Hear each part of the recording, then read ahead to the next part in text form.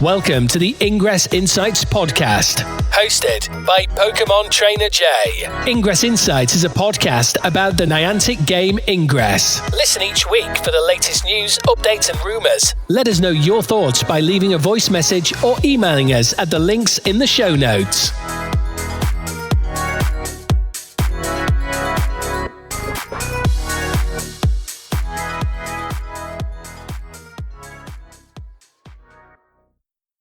Additional intel available.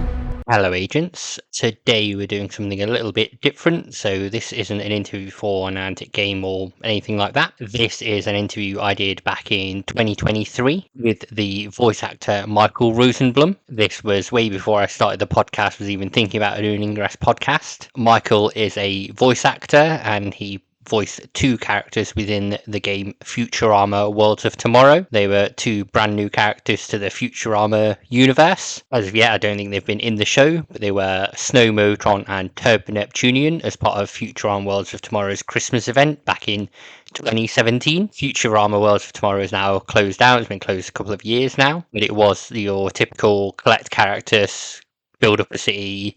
It had bits of PvP in, but it was a great little exploration of the Futurama universe, especially when it wasn't on TV at that time. As mentioned, it did get closed down on April 20th, 2023, so I thought I'd schedule this for April 20th, 2025 to mark 2 years since the closure, especially as I thought this original interview was lost and only existed in text form, so I was quite glad to find it and quite glad that Michael said he was happy for it to be used. I'll include some links to what the game was and the Reddit and the closure announcement like I normally do for game bits, but I'll get straight into the interview with Michael now. It was recorded on previous equipment, so it may not sound as good on either end, but I hope you still enjoy listening to what was going on with the game at the time and listening to two Futurama fans nerd out at each other, basically. So obviously I know we've been chatting a little bit. I've kind of found an old tweet you did where you said you were voicing Turbo Neptunian and went from there. Yeah. So can you kind of introduce yourself to the Futurama community and say what you do and how you were involved in the game? Sure. So yeah, it's all kind of surreal, really. I mean, so in the game, I voiced Turbo Neptunian and Snowmotron, which I never actually was able to acquire when I was playing the Christmas. I didn't get Snowmotron either. Yeah, it was such a bummer. I was like, oh, I know. So I had to look up videos. I eventually found it somewhere and I heard it. I was like, oh, that's what I sound like. And about the biggest compliment of my entire career was somebody saying, I think that's John DiMaggio doing it. I'm not sure. It kind of sounds like him. And I was sitting there going, oh my gosh. Somebody thought I sounded like John DiMaggio. Wow. Yeah, those are the two roles I voiced in the game. I should say, I guess, start off by saying I am a massive Futurama fan. I mean, it's probably my favorite show that has ever been on TV. I love the show. I can probably quote it inside and out, and it was pretty much a dream come true to just be involved in some tiny way in the Futurama universe, and that was or multiverses, whatever you want to call it. I mean, it was pretty incredible. So there's my attachment to the game itself. How did it come about? Was it someone contacted you to say there's this role, or you looked into it yourself or your agent? Or so normally, yeah, I would get auditions through my agent to audition for games or cartoons or whatever it might be. This was an instance where it's that old adage, it's who you know. They were doing the Christmas campaign and they discovered that they were going to add two characters to the villain roster that had never shown up in the show before. And they went, oh, shoot, we need to get somebody in to voice these things right away. And for one reason or another, they weren't going to go to the original voice cast to do it. And so they were prepared to send out a big, giant audition to everybody, to all the agents. Producers on the game went, no, we don't have time for that. We got to get this done right now. And, I happen to be friendly with one of the writers of the game and the show and the executive producers of the show. And he said, well, hey, I've got a guy who not only is a professional voice actor, but he's a huge fan of Futurama. And so he'll get what we're trying to do. He'll understand the genre and the vibe. So why don't we just bring him in? And they basically said, well, yeah, just have him send over his reel. And I sent them over my reel and they went, perfect, great. Let's do it. Let's bring him in. And it really was just one of those like, right quick thing. Yeah. Like one day he said, hey, I might have a job for you. And the next day I was recording something for Futurama. And, the 12-year-old inside of me was going, Yeah. So that's pretty much how it happened. What kind of, because obviously there were brand new characters to the Futurama canon that we've never seen in the show. What kind of direction did you get on who Turbo Neptunian Snowmotron were, or are?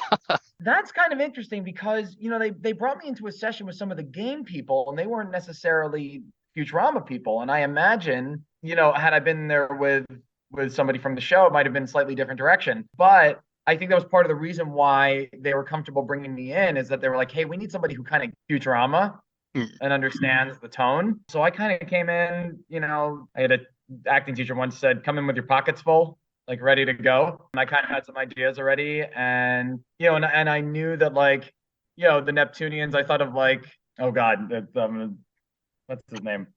It's the Emerald takeoff. Elzar? Elzar, God, yes. Jesus. Elzar, thank you. I had to think I am ashamed that I got that wrong. I couldn't remember that. I knew Elzar already had this very over-the-top personality. And so I was like, okay, so Turbo Neptunian's going to have an over-top personality. Oh, and he's steroided up. So let's have him be like a gym bro. And they were like, just push that as far as you want to go. And I was like, okay, cool. Then we're gonna do that. And that one was kind of easier. Snowmotron was different. Snowmotron, we were like, what are we gonna do with this guy? Because he's kind of like, what if Frosty the Snowman had gone evil? And so what we decided to do, and when we played around with a little bit more. And so I started doing like the voice of the guy from the cartoon, the Frosty the Snowman cartoon, the happy birthday. Yeah. So I started doing that. And then we were like, but what if halfway through the line, he switched over into this evil thing? We're like, I'm just here to say that I'm going to stuff a lump of coal up your butt. I mean, like, so it was constantly switching back and forth voices, and we thought, oh, that's interesting. So we played with that. And we had a lot of fun with that. That's why I was really bummed I didn't get to play with that character. I would have loved to have heard everything that we recorded. Yeah, no, that's cool.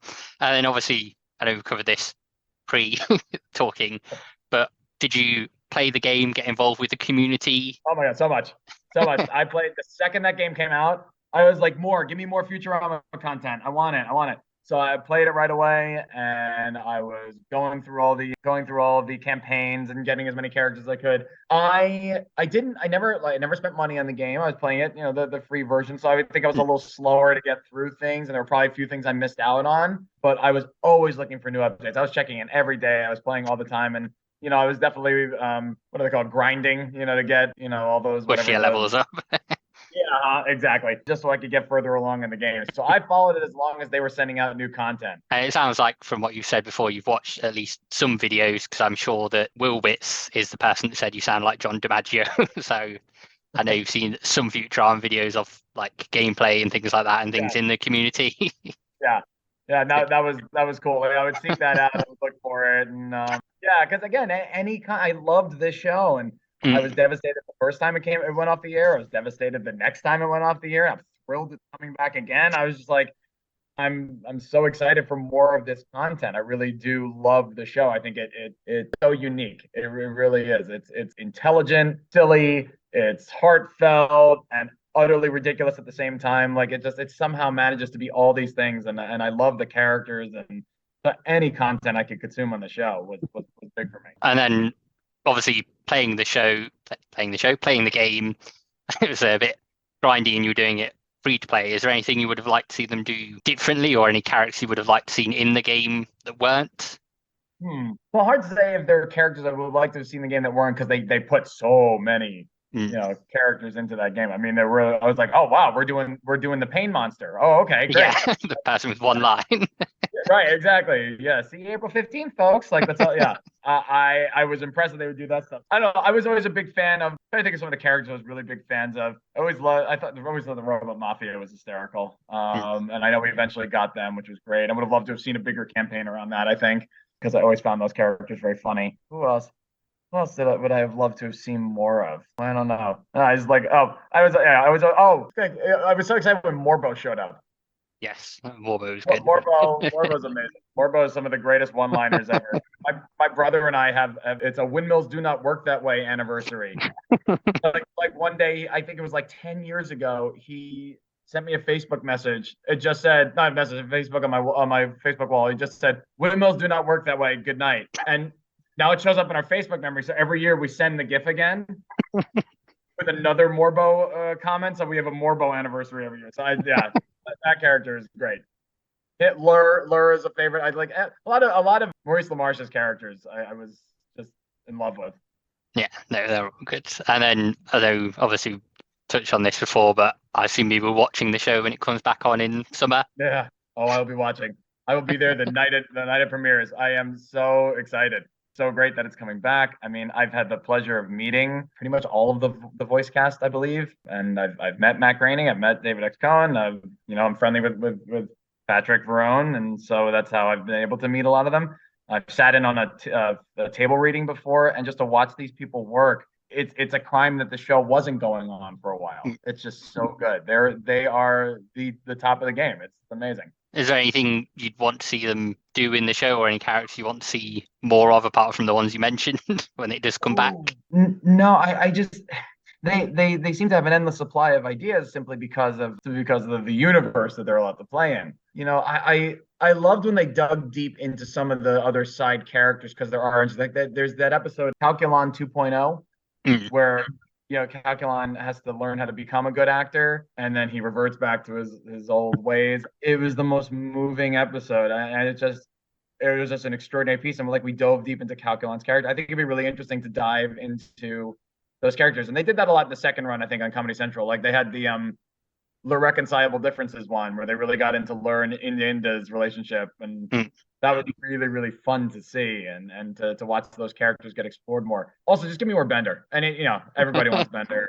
Yeah. Right. Yeah. Cool. And then obviously this come out as the game for Futurama is now closing down.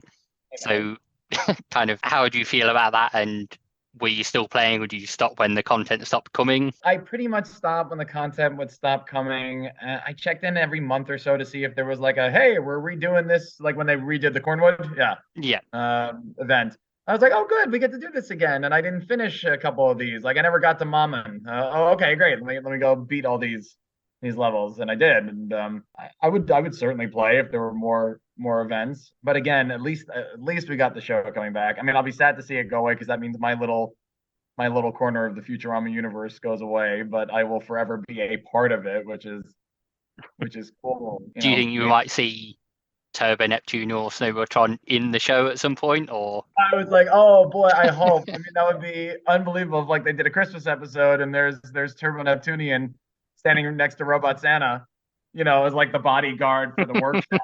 That would be amazing. And I'd hope that they call me, but I'm also aware that they would probably turn around to Billy West and say, hey, Billy, can and I would graciously turn it over, because Billy West, is Billy West. So, but it would be fun. It would be wonderful if I got the call from the producers and we're like, hey, we're bringing back the character. How would you like to be in one of the TV episodes? I think I'd cry first, and then do a dance, and then scream, and then because again, it's very interesting, as I think voice actors experience this a lot. We get to audition for things that were that mean a lot to us, that were our childhoods, or something we were really into. I mean, I can't say what it is, but like I did something for Marvel last year. In fact, I don't even know what it is. They won't tell me. But just the fact that I did that and got to be in the room with the Marvel people and was reading stuff from, a cinematic universe, IP, whatever you want to call it, that I really, really love, was incredible. So that alone is like, it's great to have been a part of it. Probably ties in nice to from my wrap-up question of, like, if we wanted to see or hear more of you, where can we do that, and what kind of things are you working on next got coming up? So, things you can hear me in. So, I've done a lot of commercials. So you don't need to look those up. That's that's the bread and butter of a VO career. I play like 10 different characters in Final Fantasy 15. I'm a non-playable character in Star Ocean Integrity and Faithlessness. I think that's Star Ocean 5. Christoph. Yeah, it was fun. And then unfortunately, all the cartoon things I've done never saw the light of day. I've done a bunch of pilots, and they run into a roadblock, which is unfortunate, and that's a shame, because I've had the opportunity to work with I mean, really, really wonderful creators and creators that, I don't want to name drop, but like creators that everybody knows. It's the people that you would think, oh, wow, I'm doing it for this guy. Well, then I'm sure it's going to go to air. And then it doesn't, because there's a ton of content out there and there's only so many places and people to see it. What am I working on now? whatever comes next. I mean, I was producing a sketch comedy VO podcast called Free Candy Van, which was a blast and so much fun to do. I had a group of voice actors that we would hang out and work together. And our head writer and my co-executive producer on it was Eric Martin, who is, I believe, the showrunner for season 2 of Loki. Okay. Yeah. And he was one of the people who wrote for Loki in season 1. We had been friends through something else, and it's been really fun to watch his career ascend to those kind of levels. But yeah, we worked on that together. That was back in like 2018, I think. Did one season. It was a ton of work, but it was a lot of fun. So if you could still find that somewhere, I think it's on Apple Podcasts. I can't even remember, but it was fun. It was a blast. Okay. I'll hunt down the link for it and add it in. So. No, you have to look, and if not, I'll send you one of the downloaded episodes. They were very funny. No, that's cool. So I think that's about it that I've got for quick run through. Anything you want to say or ask? I appreciate all you did for us fans during the run of the game, because I would check in on the site to be like, oh, what's new? What do I need to look into? Oh, I should try that strategy.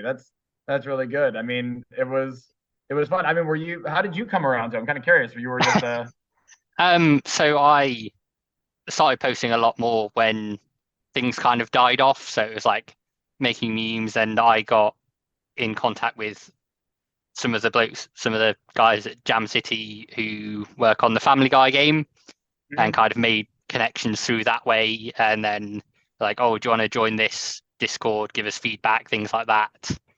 And then kind of snowballed it from there. And then I did get told a few days before the closure that it was coming up, but I was like, can't say anything, I'll leave it.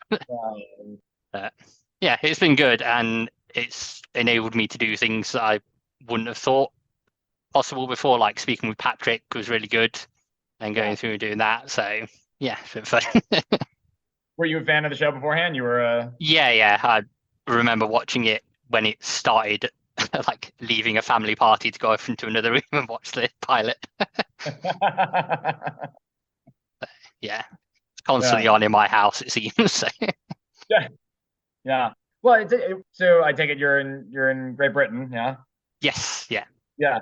Was it as much of a hit, a thing there as it was? Yeah, it was still quite big here, and then because of it being on Comedy Central when it came back, that was a bit more difficult for people in the UK because it was on a service here called Sky. It's like high premium end cable service, so not everyone had access to it. Obviously, people watched it in other ways, and then people that went out, got the DVDs, had the films come back and everything. So yeah, people are excited about it now. I've got a little group on like Facebook. There's about 4,000 people that are waiting for it to come back. So be fun chatting with them. I haven't seen any I found one podcast. I figured there would be somebody doing a podcast on Futurama. I found one, and they recapped 3 episodes and then they quit. And I was like, why is there no podcast on Futurama? Yeah, I keep bouncing around that idea in my head. I have to see where I land on it. Well, you bring me on for that. I'll be happy to come on, because here's my funny story of my knowledge or obsession with Futurama. So they did a couple of events here in LA at a comic book shop called The Meltdown, and they had people involved in the show. So they had Patrick was there, they had David X. Cohen was there, Maurice LaMarche, Peter Evanzino was there. I even think Matt Groening showed up at the end. And what they did was they aired 3 episodes on a pull down projector screen, live commentary from the people who worked on the show, which was incredible. They did trivia in between each episode. So there were 30 questions, and there would be prizes given out. And it was me and my friend, and we got 29 of 30 questions right. Wow. We tied the writers, and we both got the same question wrong. What question did you get wrong, out of curiosity, if you remember? It was the name of, and of course now I know the line, now I've memorized the line. What was the name of Fry's College's mascot? I'm trying to think. flying mongooses off the top of my head. That's probably wrong. So Fry went to Coney Island University, and it was the whitefish. I couldn't remember that. It's like he says when he goes to Mars University and he says he's flunked out. He's like, I flunked out of college once. Again, it's Coney Island College. Good old Coney Island. Go whitefish. It's one line. It's a line. And I was like, I'm sitting there just going, what the hell is the name of the mascot? Couldn't remember it. Now I know it. Neither could the writers, so I guess that's... One team got all 30 right, but there were 7 of them on the same team. Oh, okay. So me and my friend, 2 of us. So we came in second place, and what I think is actually, I guess this is we'll call this poetic justice. So the first place people got season 8 DVDs signed by all the people there. Cool, but like, DVD. We got in second place. We got giant bus station posters from when the show first came out, and they were advertising them in bus stations. So they were full-length giant posters, Bender, and it was. I have it signed by all the people I just mentioned. David X. Cohen, Pat signed it. Peter Avanzino signed it. Maurice LaMarche signed it. David X. Cohen. I'm trying to, and like Peter Avanzino drew Bender, and then he drew Flexo, and so they were yelling at each other on the. It's just like it's one of my most like prized possessions, I suppose, that I've come across in my years. It's just so cool. So I'll always be able to say I tied the Futurama writers. Very cool. Yeah. So. No, that's cool. Like I said, I think that's about all I've got. Thank you, agents, and hopefully Futurama fans for listening to this episode. I know it was something a little bit different, but I figured as I had the audio available, I'd use it and give you a little bonus episode. I may yet speak to more people involved in this Futurama game and other games similar to this. If you're making a game or starring a game, you want to come on and talk about your experience of it, I'm always happy for you to do that. You can reach out via any of the social media links and we can connect there. For all of the agents listening, I hope you all have a great day. Hope you remember to do your daily hack, and happy whatever day this releases on. Maybe it's a Sunday, maybe it's not, who knows, but hope you have a great day. See you next time. Thank you, agents, for listening to the latest episode of the Ingress Insights podcast. If you'd like to follow us on social media, you can do that on a few channels. So on Threads under the name ingress.insights, on Instagram under the name ingress.insights as well. Our Twitter/X, which posts episodes of the podcast, is under Ingress Insights, no dot in that one. And you can also watch these episodes on YouTube under Ingress Insights Podcast. You can send us a voice message by visiting the podcaster's Spotify page. And finally, you can buy Ingress Insights merch, such as mugs, pins, t-shirts, by going to freepublic.com/user/ingress-insights. And on there, you'll see all the designs that we've got listed at the moment. There are some new ones that will be coming up at some point soon, but you can buy your Ingress Insights mug, hats, t-shirts, tote bags, anything like that you want. Thank you again for listening. Hope you tune in next week. If you do like the show, please do rate it on the podcast service you're listening to. I look forward to speaking with you all about Ingress again. Intel package transferred.